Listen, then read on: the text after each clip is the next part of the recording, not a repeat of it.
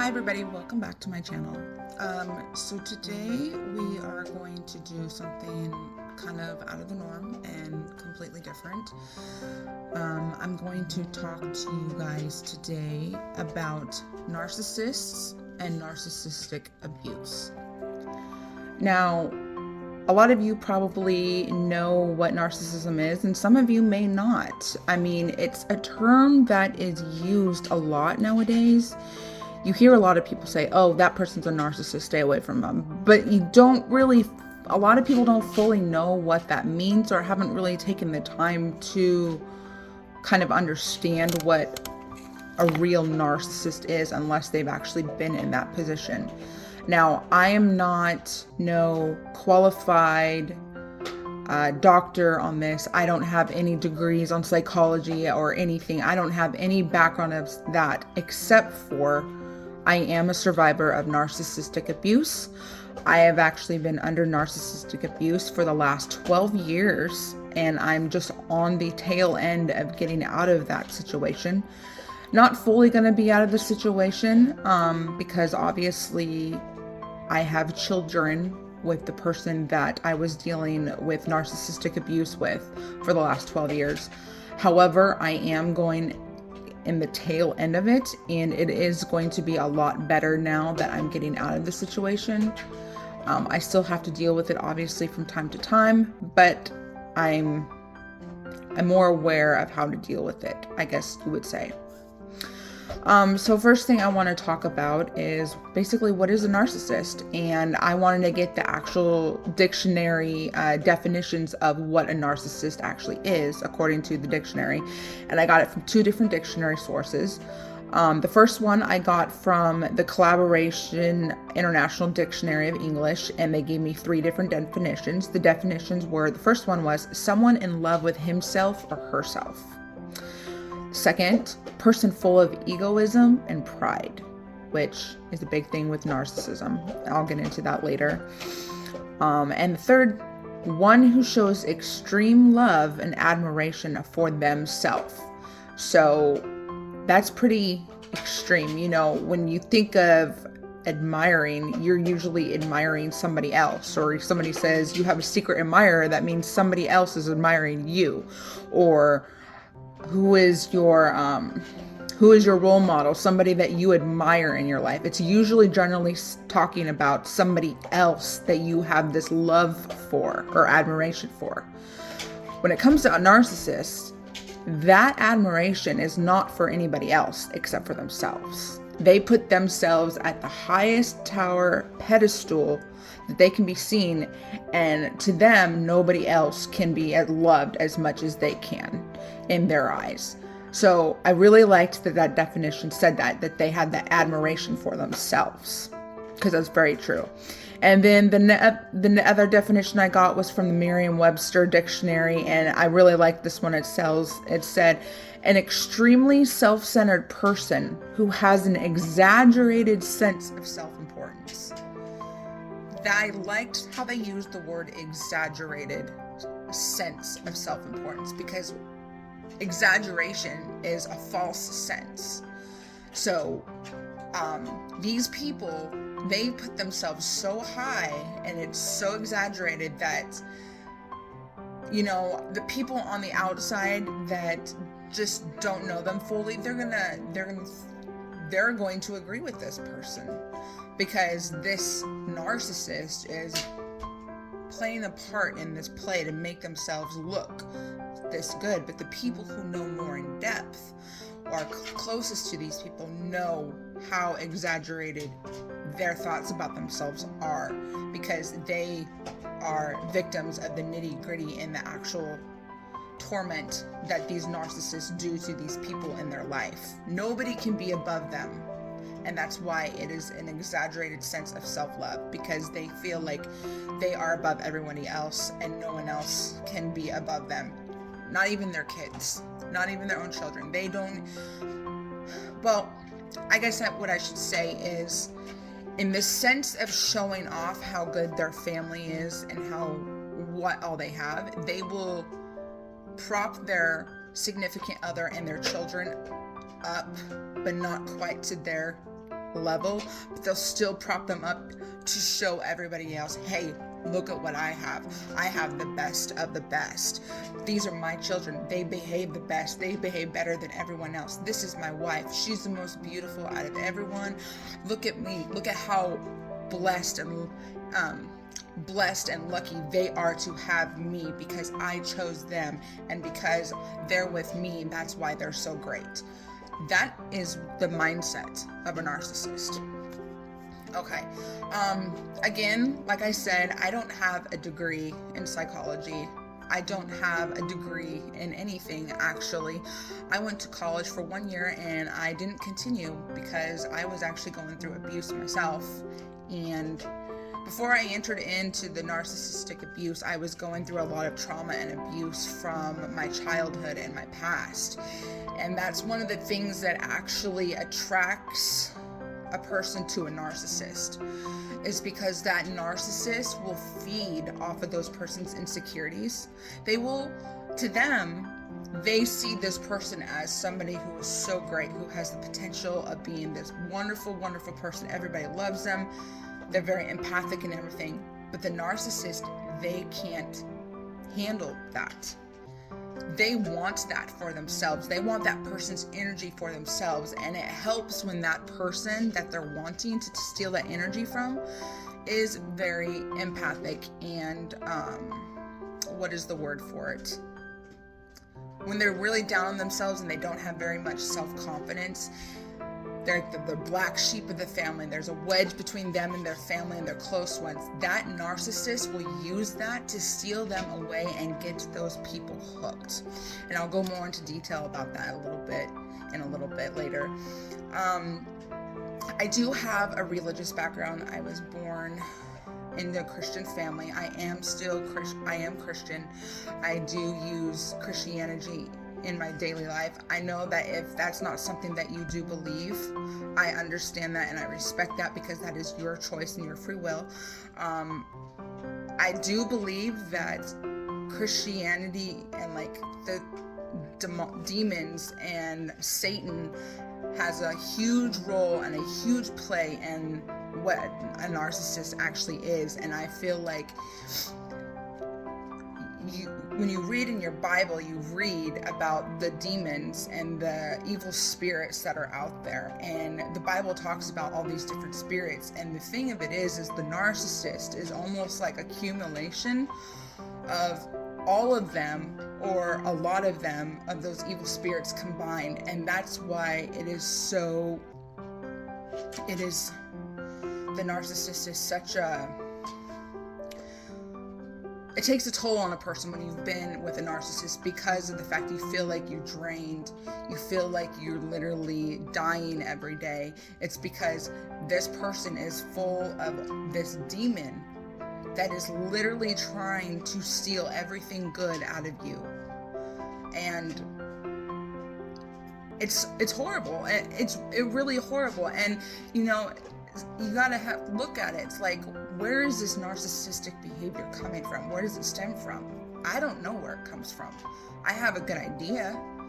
It could be stemmed from that person receiving that abuse as a child, or that kind of abuse as they were growing up, or somewhere in their life somebody did that to them, and because they don't want to ever have that done to them again, they become that person that gets everybody else. I'm gonna get them before they can get me, type thing. And that's my idea of where it comes from. And when you go through this trauma, you are susceptible to having these insecurities and these demons and evil spirits come into your life and play a part in your life, because of the fact you are not healed yourself, and you open that door to those evil spirits to come into your life if you are not fully in line with God, or if you're not fully in line with your higher self and your healed self, I should say. Like I said, if you don't believe in the whole Christianity thing, I understand that, but a lot of the things that I am going to say is going to not just involve Christianity, but as a whole, it's what makes up the narcissist. So a few of the evil spirits that I know of that are part of the narcissist, that I believe anyways, and I've experienced, is the first one is the spirit of lust. So the narcissist is very lustful. They want the best of the best, and they will go out of their way to find the best. And if what they have at that time is not as good as they can have, they'll go for something else. What do I mean by that? Let's say you're in a relationship with somebody and they put you on this pedestal, but they also say that only the most beautiful can get with me because I'm the most handsome in the world type thing. Not saying that they come out and use those exact words, but that's basically what their mentality and their attitude is.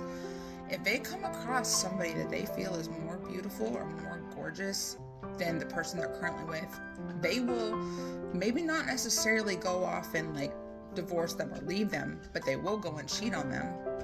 Usually a narcissist will have multiple partners. They don't like to settle down to one specific person. They like the thought and the act of having multiple partners. Why? Because it gives them a sense of, look at me, I'm the greatest person out there. I have all of these people wanting me. I have all of these people following after me.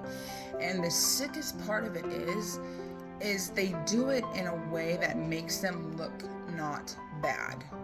They will lie, which is another thing that a narcissist does, is the spirit of deceit.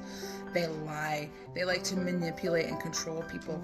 They will not put titles, usually, on their partners. They will say, oh, this person's just a friend, or whatnot. But then when they get that person alone, then they make them feel like they're the only person in the world. Why? Because the narcissist wants to control them. They want to have them. And so in order to do that, they play mind games, which is another thing, a spirit of mind games. They love mind games. Oh my gosh, they love mind games. They will tell you one thing one day, and then the next day go around and say, I know I didn't say that. Mind games, gaslighting. That's what they do. So like, if let's say they want to be your boyfriend, girlfriend, they want to be with you, and then you think and you decide, hey, I want to do that too. I want to be in a relationship with you. Next day, they'll be like, I never said that.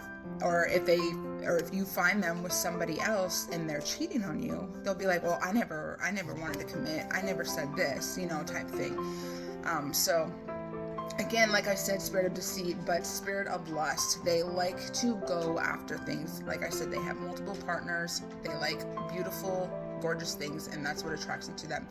But like I said, at the same time, they can't feel like somebody is more beautiful or more gorgeous than they are. And if that person, their partner, happens to be that way, they will bring them down, and they will do things to that person to make it seem like they're not. They will break down their confidence, because majority of beautiful people, it's because they have a good confidence within themselves. Don't get me wrong, I think everybody is beautiful in their own way. They just have to tap into that with their confidence and everything. But a narcissist, they will break that down. They will break that confidence down in you to make you feel like you are nothing, and that you yourself are lucky to be with this person, because they are still choosing to want to be with you despite all of this stuff. And that is what the narcissist does. So the next spirit I have listed here that I have found is the spirit of jealousy. They can't handle if you are better than them, or if you are more successful than them in a certain aspect, or if you have a better house than they do, or a better car than they do.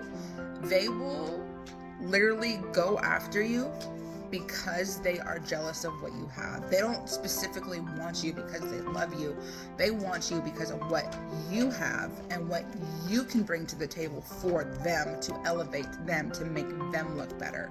So let's say you get with somebody and they don't have their own place, but you do. You have your own house.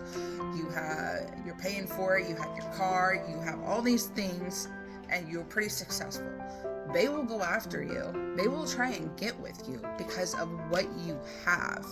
And then when you become and get in a relationship with them, they'll be like, oh, look at what we have, or look at what I have. This is my house. This is my car. And they like to put possession over your stuff. And then if you try to say, hey, that's not yours, this is mine, they'll be like, why are you being so selfish? You shouldn't be so selfish. We're in a relationship. What's yours is mine. What's mine is yours. Why are you being selfish? And it's not that you're being selfish. It's just that they are trying to take control of your stuff, and they do it in a way by convincing you that you're a selfish person because you won't allow them to take credit for that, or you won't allow them to have possession over that. And that's where another thing they'll get you. They'll get you saying that you're a selfish person, and then you feel bad. You feel bad for taking claim over your own possession, or hanging tight to you, or standing up for yourself and everything. They make you feel bad. So then you be like, okay, well, I'm the bad person. So then they're never in the wrong. So yeah, that all goes along with the narcissist, the jealousy thing. They will always go after somebody that is better than them so they can take what that person has for themselves. Spirit of hate.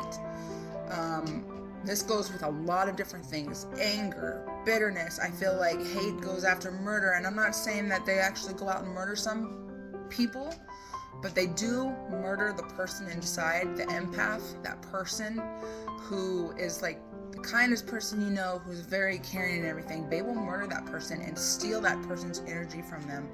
And then next thing you know, that very kind and caring person has all these anger feelings, and then they end up looking like the crazy one. But it's not because they're crazy. It's because this narcissist stole all of their kindness, all of their caring, to leave them destitute where they feel like they have nothing. And I want to tell you right now, don't ever let anybody make you feel like they are stealing all of that from you, because you know what? They can't. You know, if you stay true to yourself, no matter what, it doesn't matter what kind of hurt. And I know it's hard. I dealt with it for the last 12 years. It's hard to try and continue to be a loving, caring, kind person when you have somebody who's trying to destroy that and take that away from you. And then it's hard. It's really hard. It's really hard not to react in a bad way when you have somebody trying to destroy you on a daily basis. So I feel for you. But the spirit of hate, yeah, it's there. They will say these horrible, horrible things, but they will also do it in a way that it's like in a joking manner. They'll say that they're joking, even though they could say the most horrible thing to you, but because they say they're joking, you're not allowed to get upset or angry with them, you know. And if you do, then that means that you don't know how to take a joke, and you're the crazy one, you're over emotional, all of that. That's how they operate. And I feel like that's comes from hate, a spirit of hate, because you have to hate somebody in order to do that. Why would you want to tear somebody down and for the fun of it? Like, that is, to me, that's not funny. To me, a joke is supposed to be something that everybody can joyfully laugh about. That's funny. Everybody in the room is laughing. That is a joke. A joke is not supposed to be used to hurt somebody, to make fun of somebody. You know, that is not a joke. And I wish that people in the world took that more seriously. Unfortunately, we live in a society right now where people think that it's okay to joke about whatever and don't care about what everyone else's feelings are, you know. No, it's not okay.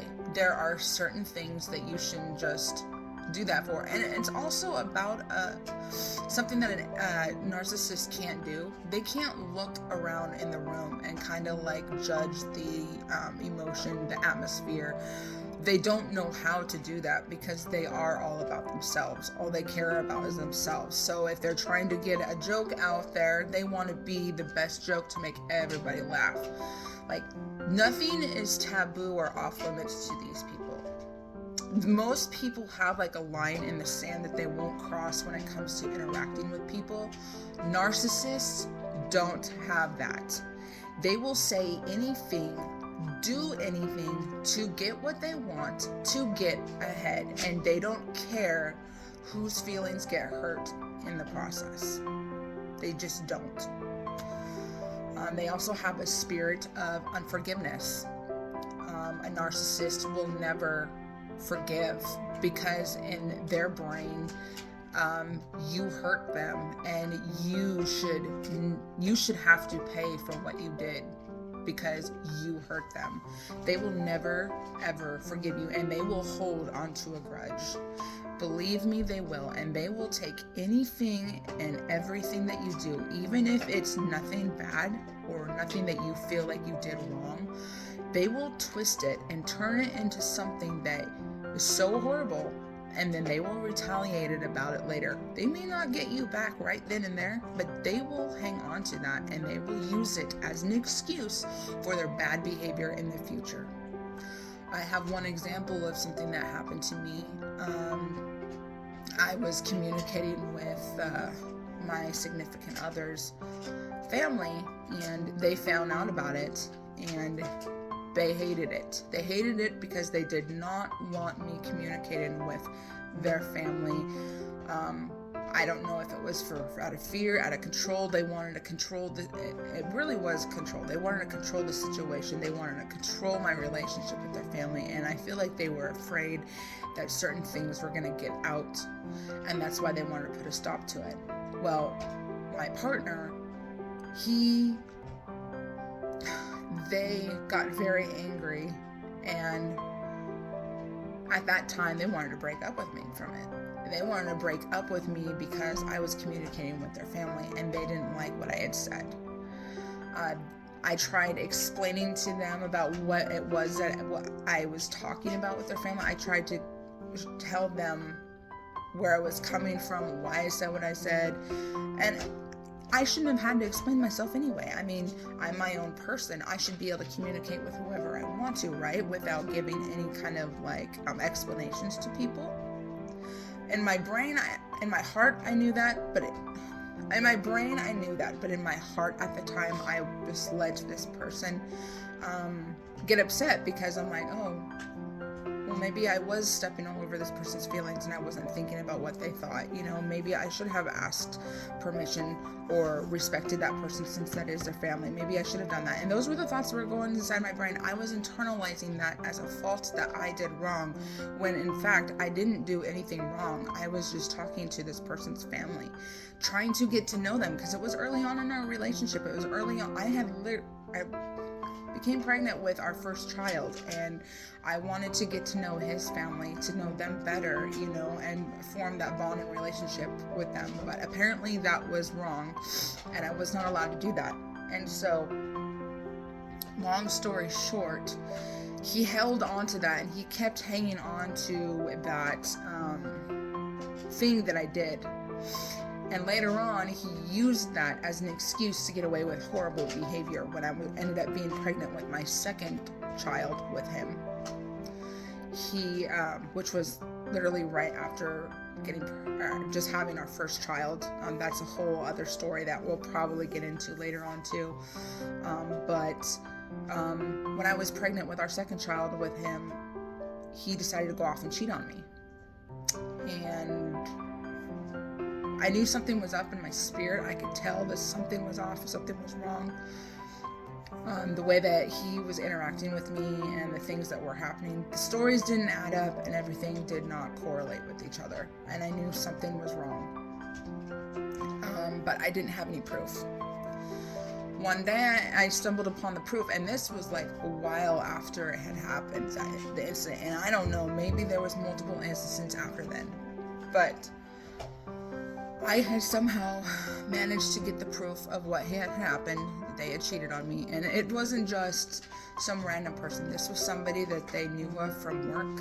Everyone at his work knew that we were together, that we had a family, but then this person was also at his work. So I would go into his work, visiting him with our child, me walking in there with my pregnant belly and everything, thinking everything was fine. But in reality, I was being played a fool because these other people knew what was going on behind the scenes and I didn't know. But anyway, so I found out that he had cheated on me with this person, and it came all out.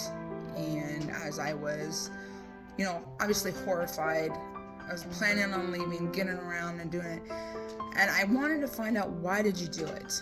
Like, if you did not want to be with me and you want to be with this person, why not tell me that you want to break up with me and be honest with me? Say, hey, I want to be with this person, or something like this. We're over. He didn't do that. He said the only reason why he got with this person is not because he wanted them, was because he did it as a way to get back at me. That it was my fault because I was in communication with his family, and I did that behind his back and didn't tell him that he decided to, when the opportunity arose, to pay me back, and by paying me back, he decided to cheat on me while I was pregnant with our second child. Now, obviously, I didn't blame myself for that, and I didn't excuse it. And when he realized that I wasn't doing that, then that's when the crocodile tears came, and the manipulations and the control started coming out, saying that he didn't love this person, and I was in a situation where I didn't have anyone, and I didn't have anything else but him. We had no vehicle, so I couldn't leave and go back to where I was from to be with my family or friends. I couldn't do that. I would have been a single mom with 2 babies. One was that were literally a year and 6 days apart from each other. So very, very close. One was 1 year old, one was an infant. I literally had no one and nothing. I didn't have a job. I was a stay-at-home mom. I literally had no money. So even though the better part of me knew that I needed to leave and get out of that situation, I stayed. Why? Because I felt like I had to. And that's what the narcissist does. They like to manipulate and control. But again, like I'm trying to say, unforgiveness. They will use anything and everything to get you back. There's no forgiveness. And they'll expect you to forgive them for all of their wrongdoings. They will expect that, and if you don't forgive them, then you're the horrible person. But they're allowed to not forgive you. They're allowed to retaliate, and they're allowed to do all these horrible things to you. And it won't even be something bad. Like I said, it could be something as simple as texting their family and trying to communicate with them, and they will use that and turn it into some big old thing that you betrayed them, that you lied to them, that you're going behind their back, that type of thing. And so then they will do something that they feel is equivalent to you, even though in everybody else's way of thinking, that's not even equivalent, and there's no excuse for that. They will justify it because of what you did to them. Sense of pride. I feel like we already talked about this, the pride issue. Narcissists are very prideful. They literally, that is their fuel, is pride. They think they are better than everybody. They think that rules don't apply to them because, they are better. They are better than everyone, so they don't have to listen to what everyone else does. Just because you follow the speed limit's posted at 55, that means you have to follow it, but they don't. So they can go 80 miles per hour if they want to. Rules don't apply to them because why? Because they're a better driver. They're better at they have better reflexes. They are can control their speed better. Like, there's always something that they're very prideful about that they use to get themselves to be able to do whatever they want. Spirit of envy kind of goes along with the whole spirit of jealousy thing. They see something that's beautiful or something that's better or somebody that's smarter than them. They have to have that. They're very envious of that. So what do? They go after you for that. They will tear you down until yourself, you feel like you no longer are that confident in that aspect, and they will take that away from you because they can't have somebody around them that's better than them. And I want to say that I feel like I'm like the smartest person in the world, because you know what? I'm not. I'm far from it.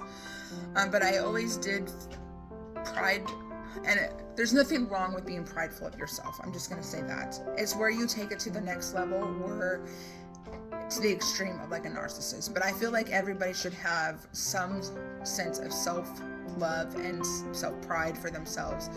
Just do it in a way that it's not excessive and exaggerated like a narcissist. I always felt that I did have some sense of intelligence, and I was very proud of myself for that. I always tried to strive to be a straight A student in school. Didn't always happen. In fact, there was a lot of times in my later part of my school years where I was dealing with trauma where it affected my grades, and that's again another whole story on its own. But I've always been proud of my intelligence, and during this 12-year time of being with this narcissist has literally they literally tore me down by my intelligence thing.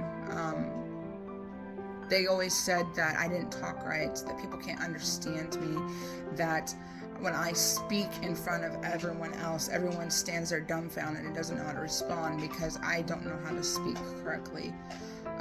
When I would try and talk just in a regular conversation, they would try to force me to answer questions a certain way or speak a certain way because they knew better than I did, and I knew nothing. I was dumb, I was stupid, I was uneducated, I didn't know how to talk, I didn't know how to think. I'm dumb, I'm stupid, and it kind of like really got to me. And the reason why it got to me though was because the trauma that I suffered when I was a kid, I was always told that I didn't have common sense, that I was, and at the time when I was going through that, I didn't really understand what common sense was because I was a kid. I mean, at the earliest age, I remember at 5 years old being told that I was dumb and I didn't have common sense, and everyone was standing there laughing, and I didn't understand what that meant. I just knew that I didn't like that feeling, and it grew as like I got older. Like that whole entire thing never stopped. I was always constantly told that I didn't have common sense, and so when I got with this person and then they started saying that stuff to me, it really tore me down because I had already had that sense of trauma and self-consciousness about my education and the way that I was, how people perceived me. And then when he started saying that stuff, that really got to me, and so I internalized that, and I'm like, okay, well, maybe I really am dumb, maybe people really are this way. And then when I'd fight back and I'd say, well, nobody's ever told me that, and he's just like, yeah, that's because they are your fake friends or your fake family, and they don't have the heart to tell you like I do. And so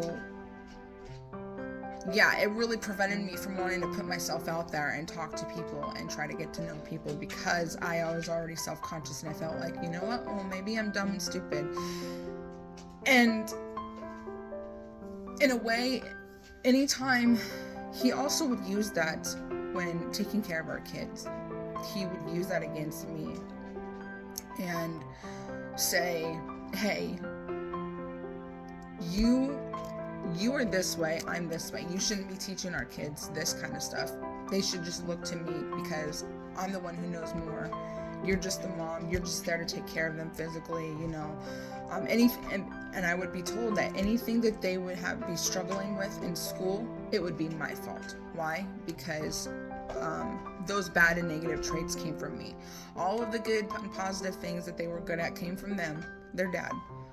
But the negative things that they struggled with and everything was my fault, because I'm the one who struggles. I'm the one who has faults. I'm the one who doesn't speak very well. I'm the one who doesn't know how to understand very well. This person, they were better. They had the best of the best, and I never forgot that. And sometimes it still gets to me to this day, but I have learned to move on from that. I kind of lost my train of thought here. Just going on and on about my story. I'm just trying to give examples of this, but yes, very envious. So they will steal everything that you have and make you feel like you don't have it anymore, and they basically take that from you because they can't have you being better than them. Spirit of deceit. They lie through their teeth. They will lie.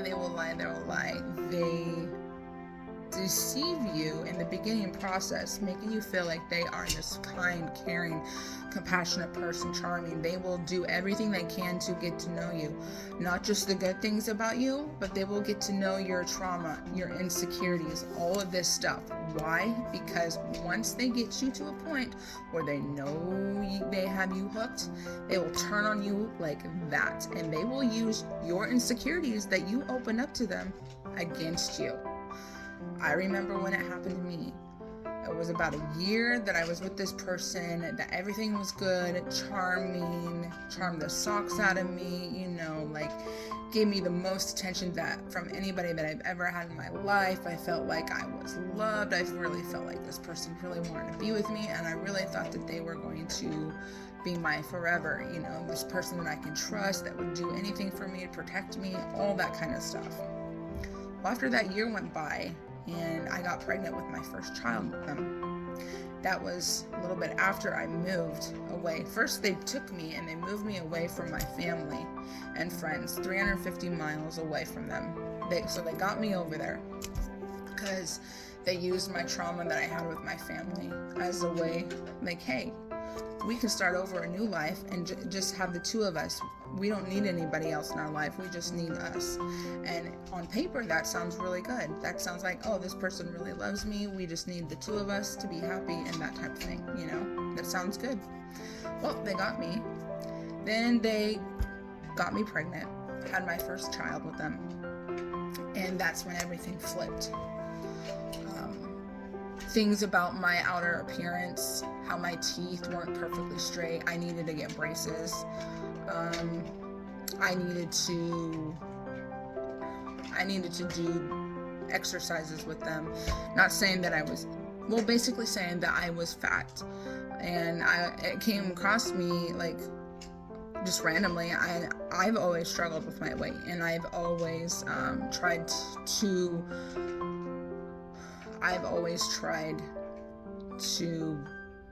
be conscientious of that, eat correctly as much as I possibly can, and work out the best that I can. But with them, there was no, anything I would eat, terrible, making myself fat. If I exercised, I wasn't exercising good enough for them. I wasn't doing the routines correctly.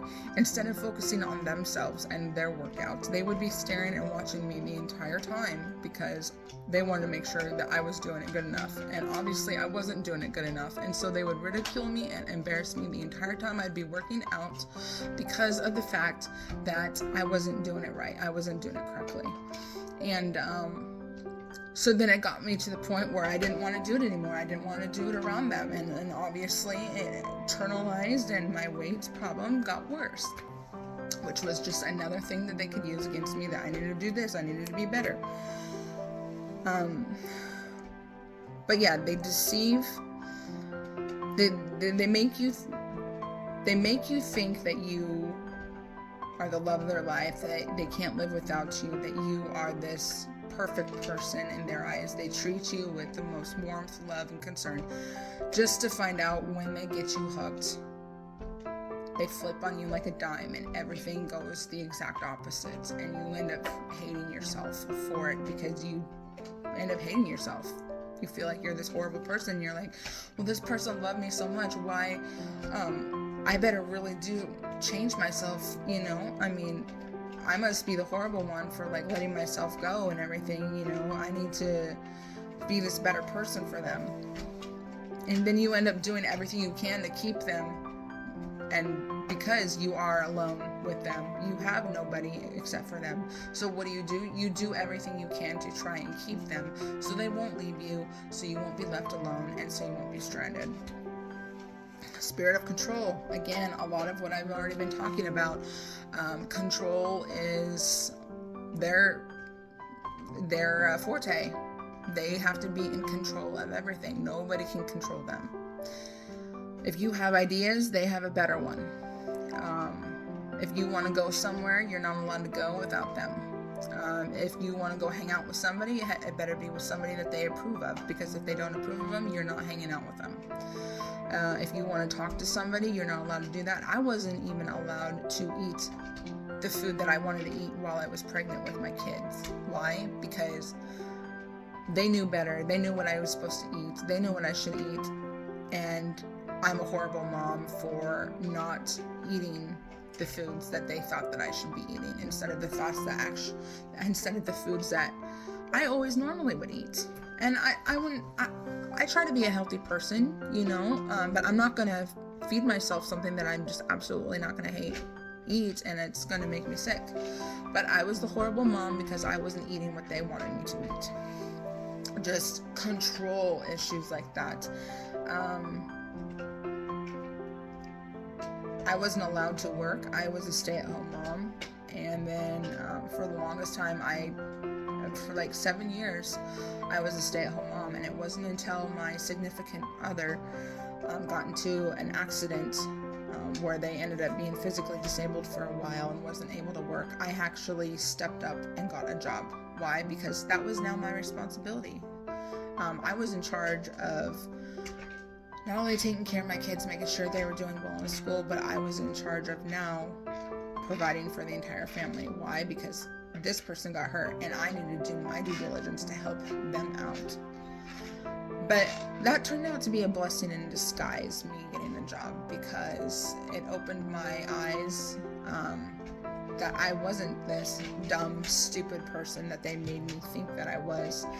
I got to have interactions with other people, and I wasn't locked in a house all day, not being able to get out and do anything and interact with people and get other relationships going, except for the one that I had, you know.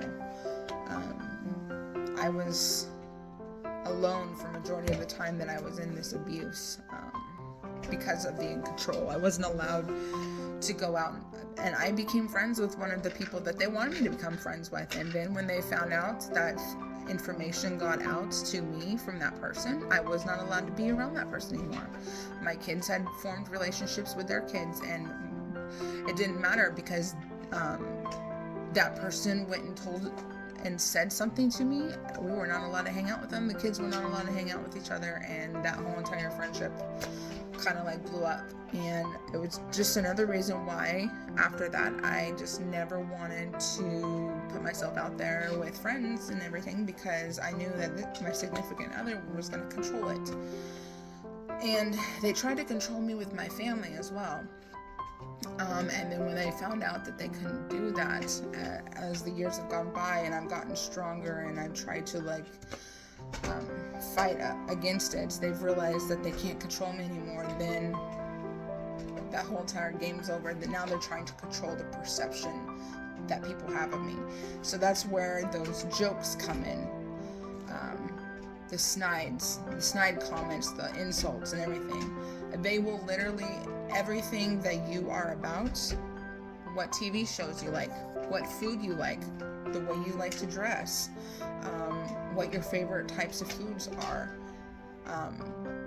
what you like to do on the weekends, what you like to do on your free time, if you're a musician, what musical instrument you should play. They will control everything, and if they can't control it, they'll control people's perception of you about it. They will make fun of the shows that you watch, even if they themselves like it. They will make fun of you for watching your favorite show. Why? Not that anything is wrong, but they want to make themselves feel like they are better, and they want to tear you down for liking the stuff that you like. or the food that you like, or hanging around the people that you like, or dressing the way you like. There's always going to be some sort of problem with what you are about, because you cannot be better than them. And if it feels like that you are, they will control the situation. It's all about control. And it goes along with manipulation. The spirit of manipulation was the last one that I had written down, that I feel is all about a narcissist. They will manipulate other people to feel the same way about you that they feel.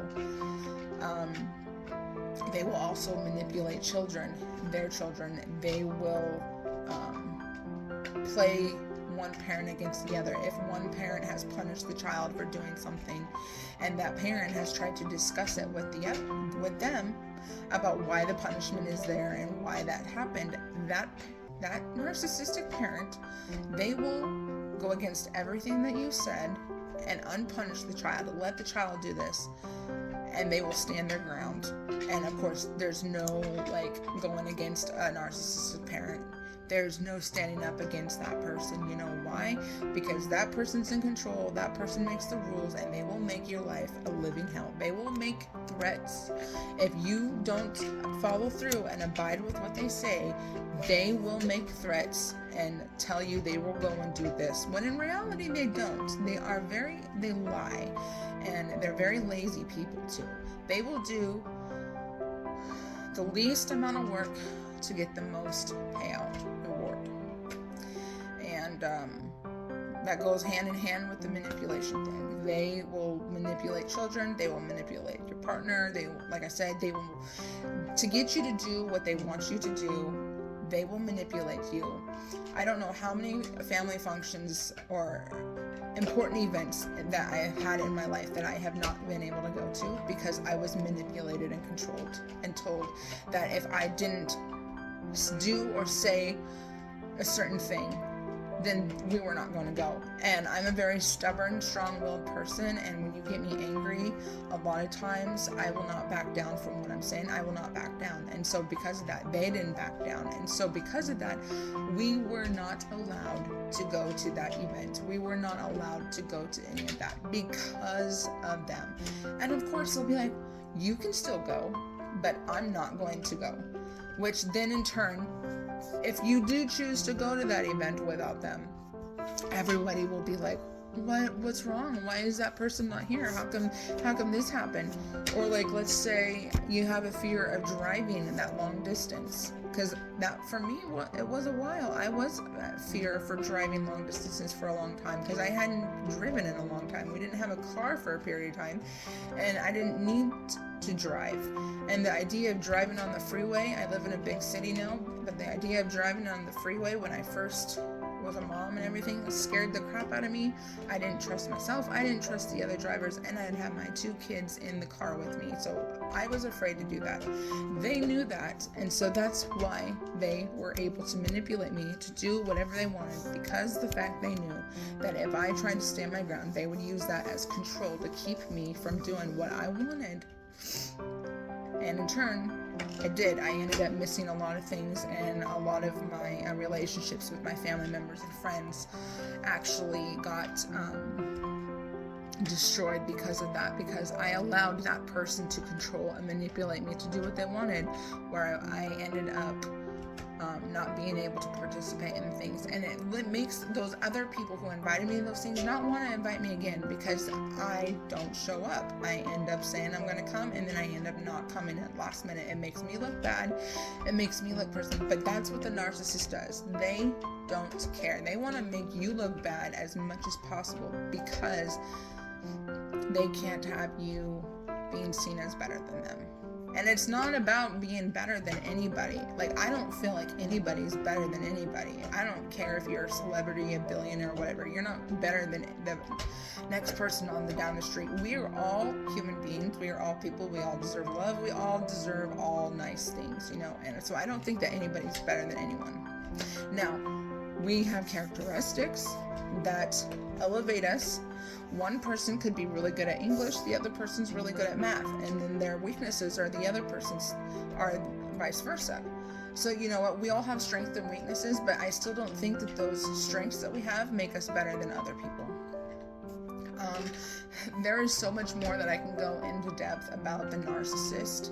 If you guys would like to know more in depth about narcissism, stay tuned. I will post another video regarding narcissistic abuse, and I think what I will do is my next video, I will go in depth of like what traits that you possess that attract you to a narcissist. I think that's what I'm going to do, because here I kind of gave you tips and tricks to kind of like also recognize a narcissist, of what they do, and like how narcissism is involved with like the spirit, like evil spirits and stuff. I feel like that's why narcissism is so strong, so important to stay away from and get away from, is because, and why narcissism is so serious is because it has a combination of all these different evil spirits combined. It's not just one evil spirit, it's a combination of a lot of them, and it's very, very, very serious. And those people,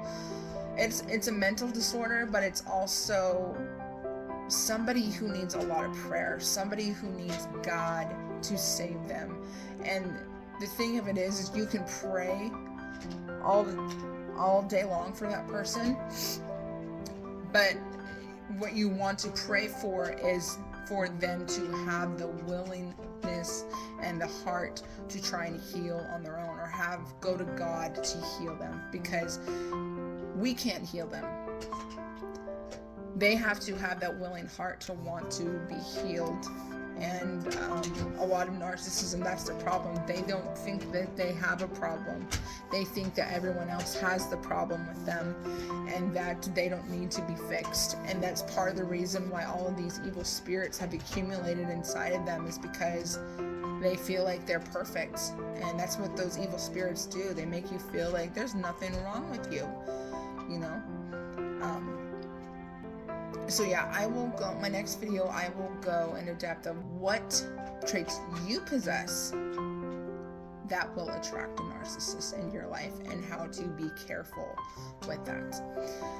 If you like my channel, and this is the first time you're tuning in, welcome. This is my first video on narcissism that doesn't have anything to do with my other videos that I do.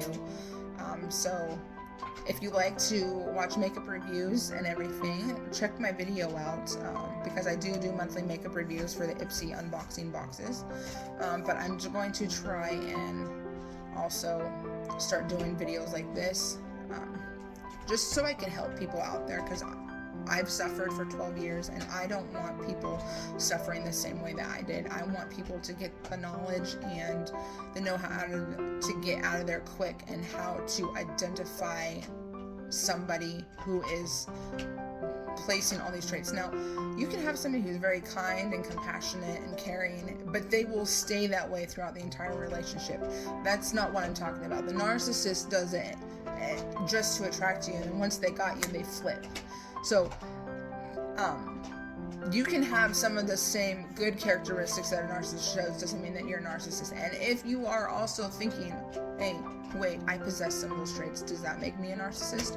No, because you want to know what? A narcissist will never admit to being a narcissist. If you even question that you might have some of the same traits of them and being a narcissist, you are not. I just want you guys to know that you are not. So anyway, I will let you guys go. I hope you enjoyed this, and I'll see you in the next video. Bye.